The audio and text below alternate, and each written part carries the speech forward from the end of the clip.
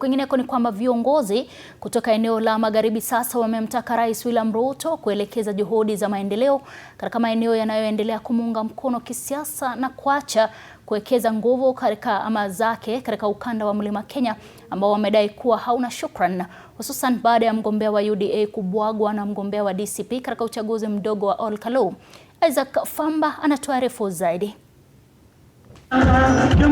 Ngoma ya kisiasa kuelekea uchaguzi mkuu wa mwaka 2027 imeendelea kushika kasi, hususan katika eneo la magharibi ya nchi ambapo viongozi wameanza kutoa misimamo mikali.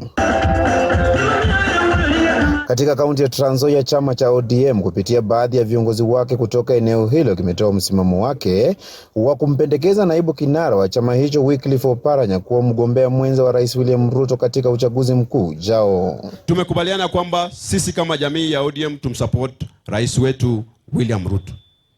Na sisi kama chama cha ODM tumsupport Wycliffe Ambetsa Oparanya kama mwaniaji mwenza wa Rais William Samoei nani? Na sisi tunakuja kwa broad based kama partners. Na sisi tukiwa partners, we are putting on the table our candidates. We are serious and we are going to deliver a president after negotiation. Ule tutasema ni huyo. Support William Samoei Ruto for 2 terms, ndio? Lakini tunataka ikitoka hapa Sugoi ikuje kwetu huku. Western Nyanza iletwe huku, si ndio?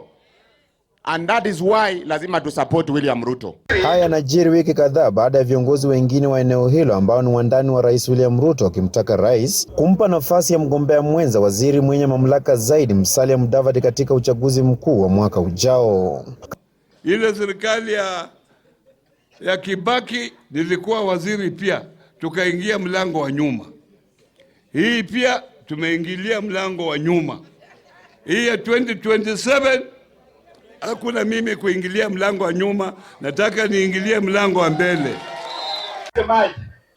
Katika mkutano wa pili uliofanyika Busia, viongozi wanaounga mkono serikali ya sasa wamemtaka Rais William Ruto kuendeleza miradi ya maendeleo katika maeneo mengine ya nchi na kukoma kuwekeza nguvu nyingi katika eneo la Mlima Kenya, wakidai eneo hilo halina shukrani. Mliona kura ya Olkalau.